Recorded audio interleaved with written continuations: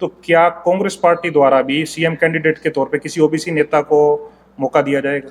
नहीं, जैसे कि बीजेपी ने 15-15 लाख रुपए खाते में आएंगे, 2 करोड़ नौकरी देंगे, हर गरीब को मकान देंगे, ये झूठे वादा में हमारे आदमी बकाए मांगे।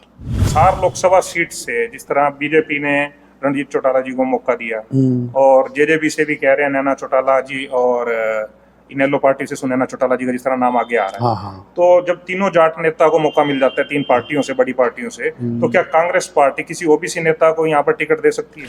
अपने प्रदेश में आज से 4.5 साल पहले इन्होंने नारा दिया था 75 पार का, पर तो सीट आई 40। वो तो थोड़ा सा हमारी कांग्रेस पार्टी में टिकट वितरण गलत हो गया, नहीं तो बीजेपी की 30 सीट आनी थी। इसका मतलब तो क्या पार्टी अगर आपको 4 लोकसभा सीट से मौका देती है तो आप इस चुनाव को लड़ने के लिए तैयार हैं? क्योंकि आप हंसी भी काफी समय से हंसी भी दिखाई दे रहे हैं। नहीं, वो तो देखो जिस तरह से कांग्रेस की लिस्टें आ रही हैं लोकसभा चुनाव को लेकर, रोहतक लोकसभा सीट से जिस तरह अभी बताया जा रहा था कि दीपेंद्र हुड्डा चुनाव लड़ेंगे, बिल्कुल ठीक फाइनल। तो फिर उसमें उस लिस्ट में उनका नाम पहले भी घोषित किया जा सकता था, अभी रोहतक सीट से तो कर ही सकते हैं। क्या उसमें अभी भी कोई संशय रह गया? ऐसा बताया जा रहा है जिस तरीके से लोकसभा चुनाव में अगर दीपेंद्र हुड्डा जी को मौका मिलता है रोहतक से, तो भी आपको एक सीट का, राज्यसभा की सीट का नुकसान हो रहा है, वो सीट भाजपा के खाते में। हरियाणा की राजनीति हमेशा चर्चा में रहती है, चाहे किसान आंदोलन को लेकर हो। आज हमारे हरियाणा के अंदर लोकसभा चुनाव का बिगुल बज चुका है और भाजपा के द्वारा लगभग 10 की 10 सीटों पर कैंडिडेट को घोषित किया जा चुका है और इस कड़ी में कहीं ना कहीं दूसरी पार्टियां पिछड़ती दिखाई दे रही हैं। नमस्कार, मैं हूं दिनकर गावड़ी और आज हमारे साथ जुड़े हैं ओबीसी के बहुत बड़े नेता जो हरियाणा में पूरे तरीके से एक्टिव दिखाई देते हैं। पूर्व विधायक हैं बरवाला से रामनिवास घोडेला जी, और उनसे जानते हैं आखिर क्या कमी रह गई है कि कांग्रेस पार्टी द्वारा अभी तक किसी सीट पर भी कैंडिडेट को घोषित नहीं किया गया। और भी कुछ बातें हैं जो कांग्रेस पार्टी के बारे में हैं, ओबीसी के बारे में है, वो आज हम मिलते हैं, उनका इस बारे में क्या कहना है। सर नमस्कार। नमस्कार दिनकर जी।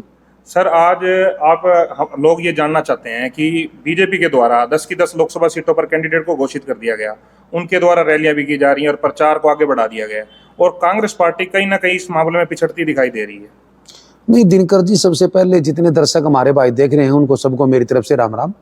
बाकी ऐसी बात नहीं है पिछड़ने वाली, अभी चुनाव का समय बहुत बाकी है, लगभग 60 दिन 55 दिन बाकी है, लंबा समय है और बहुत जल्दी ही कांग्रेस पार्टी के अच्छे उम्मीदवार पूरे हरियाणा प्रदेश के अंदर मैदान में आएंगे, मेरा ये मानना है।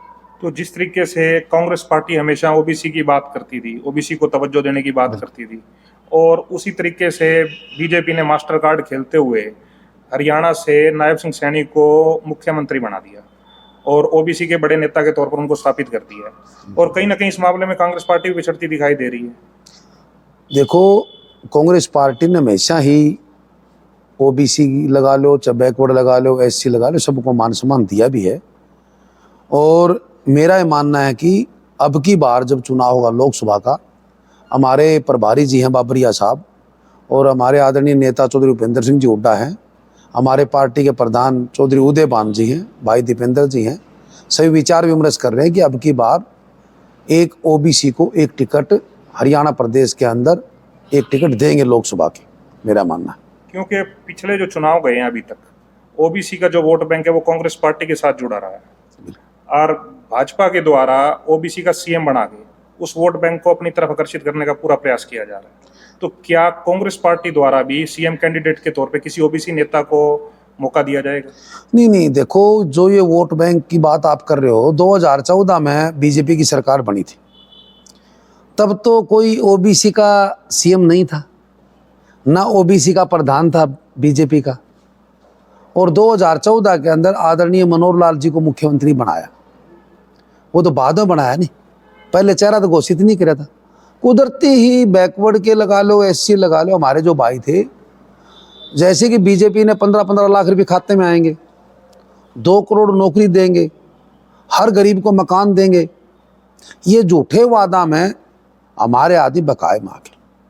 परंतु आज समय आ गया है कि 9.5 साल के अंदर जितने भी हमारे गरीब तबका है, 36 बिरादरी गरीब तबका है, क्यों गरीब तो किसी भी समाज में हो सकते हैं, उनका सबका समझ में आ गई कि बीजेपी पार्टी वास्तव में झूठी है, जो इनके नेता कहते कि में है करते कि में है, उनकी बात में कोई सच्चाई नहीं है। तो इसलिए आज सारे के सारे बीजेपी से तंग हैं। और बीजेपी से तंग आके मैं ये कहता हूँ कि आने वाली सरकार जब भी चुनाव होगा, एक तो लोकसभा का चुनाव, इसमें बहुत अच्छा रिजल्ट आएगा लोकसभा का चुनाव में, और विधानसभा के अंदर मैं आपको विश्वास दिलाता हूं कि हम भी पब्लिक में सारी जगह जाते रहते हैं कि हरियाणा में कांग्रेस पार्टी की सरकार बनेगी और हुड्डा साहब मुख्यमंत्री बनेंगे। बीजेपी जिस तरह 400 प्लस का नारा दे रही है, 400 से ज्यादा हम सीटें जीतेंगे लोकसभा में, तो इसको आप कितना उचित मानते हैं? नहीं, उचित तो आज से करीब 4.5 साल पहले आप हरियाणा प्रदेश की बात करेंगे, देश तो बहुत बड़ा है ना, मैं सारे देश में जाता, ठीक है ना, मैं तो अपने प्रदेश में रहता हूँ। अपने प्रदेश में आज से 4.5 साल पहले इन्होंने नारा दिया था 75 पार का, पर तो सीट आई 40। वो तो थोड़ा सा हमारी कांग्रेस पार्टी में टिकट वितरण गलत हो गया, नहीं तो बीजेपी की 30 सीट आनी थी। तो इसका मतलब क्या आप ये सोचते हैं भाई 400 पार का नारा इसलिए दिया जा रहा है कि इनको ऐसा अंदेशा है कि इनकी सीटें कम आ सकती हैं? नहीं, अंदेशा 100% सही, मैं जो आप बता रहे हो, इनको अंदेशा है कि आज बीजेपी के हालात ठीक नहीं है। ठीक हो तो ऐसे जो ईडी की बीडी की जो रेड है ना, ये नहीं पड़ती। दबाव जो बना रहे हैं नी, इनके हालात ठीक नहीं है, इसलिए दबाव बना रहे। तो जो जिस तरीके से बीजेपी अब ओबीसी के तौर पर सभी सीटों का मूल्यांकन कर रही है और कैंडिडेट को उन्होंने उस हिसाब से घोषित किया, सीएम बनाया, तो क्या कांग्रेस पार्टी भी अपनी रणनीति को उस हिसाब से ओबीसी के इर्द गिर्द डिजाइन करेगी? देखो, मेरा मानना है, हमारे नेता है आदरणीय चौधरी भूपेंद्र सिंह जी हुड्डा, और हमारे प्रभारी हैं दीपक बाबरिया जी, और हमारे पार्टी के प्रदेश अध्यक्ष हैं चौधरी उदयभान जी। मेरा मानना है कि बैकवर्ड का पहले भी ध्यान दिया इन्होंने, आगे भी ध्यान देंगे, बिल्कुल देंगे, कोई दिक्कत नहीं। तो हिसार लोकसभा सीट से जिस तरह बीजेपी ने रणजीत चौटाला जी को मौका दिया, और जेजेपी से भी कह रहे हैं नैना चौटाला जी, और इनेलो पार्टी से सुनैना चौटाला जी का जिस तरह नाम आगे आ रहा है, हाँ। तो जब तीनों जाट नेता को मौका मिल जाता है 3 पार्टियों से, बड़ी पार्टियों से, तो क्या कांग्रेस पार्टी किसी ओबीसी नेता को यहाँ पर टिकट दे सकती है? देखो, तो पार्टी के नेताओं का फैसला है कि उन्होंने क्या करना चाहिए, कोई जात पात की बात नहीं है इसमें तो यही है भाई, हम तो जब भी कोई बात होती सुझाव देते हैं। हम ये कहते हैं कि आज हमारी कांग्रेस पार्टी को ऐसे उम्मीदवारों की जरूरत है, जैसे भाई दीपेंद्र हुड्डा जी। दीपेंद्र हुड्डा जी को चाहे कोई विपक्ष का आदमी हो, वो भी नहीं कहेगा भाई भला आदमी। ऐसे उम्मीदवार की हमारे को जरूरत है पूरी 9 की 9 लोकसभा के अंदर। क्यों, एक सीट तो हमारी कुरुक्षेत्र वाली इंडिया गठबंधन के अंदर चल गई, बाकी 9 सीट है। 9 सीटों के ऊपर हमारे को ऐसे उम्मीदवार लाने चाहिए कि जिसके ऊपर किसी प्रकार का दाग नहीं। तो जिस तरह ओबीसी के नेता के तौर पे आप पूरे हरियाणा में चर्चित रहते हैं, कभी हर जगह आप प्रोग्राम करते ही रहते हैं, लगभग कैथल में, भिवानी में, जिस तरह आपने पिछले दिनों भी ओबीसी को लेकर प्रोग्राम किया। बिल्कुल। तो क्या पार्टी अगर आपको हिसार लोकसभा सीट से मौका देती है तो आप इस चुनाव को लड़ने के लिए तैयार हैं? क्योंकि आप हंसी भी काफी समय से हंसी भी दिखाई दे रहे हैं। नहीं, वो तो देखो भाई, हंसी तो मेरा पुराना है कि मेरा गांव कुलाना है। इसके अंदर देखो, पार्टी का नेता का जो आदेश होता है वो सरमत है। जो वैसे मैं विधानसभा बरवाड़ा लड़ने का इच्छुक हूँ पूरा, बाकी पार्टी का आदेश, नेता का आदेश सरमत है। जिस तरह से कांग्रेस की लिस्टें आ रही हैं लोकसभा चुनाव को लेकर, रोहतक लोकसभा सीट से जिस तरह अभी बताया जा रहा था कि दीपेंद्र हुड्डा चुनाव लड़ेंगे, बिल्कुल ठीक, फाइनल। तो फिर उसमें उस लिस्ट में उनका नाम पहले भी घोषित किया जा सकता था, अभी रोहतक सीट से तो कर ही सकते हैं। क्या उसमें अभी भी कोई संशय रह गया? नहीं, संशय नहीं। देखो, सभी की पूरी जब CWC की जो बढ़ेगी उसमें हो जाएगा, कोई ऐसी बात नहीं। अभी तो बैठकें शुरू नहीं हुई।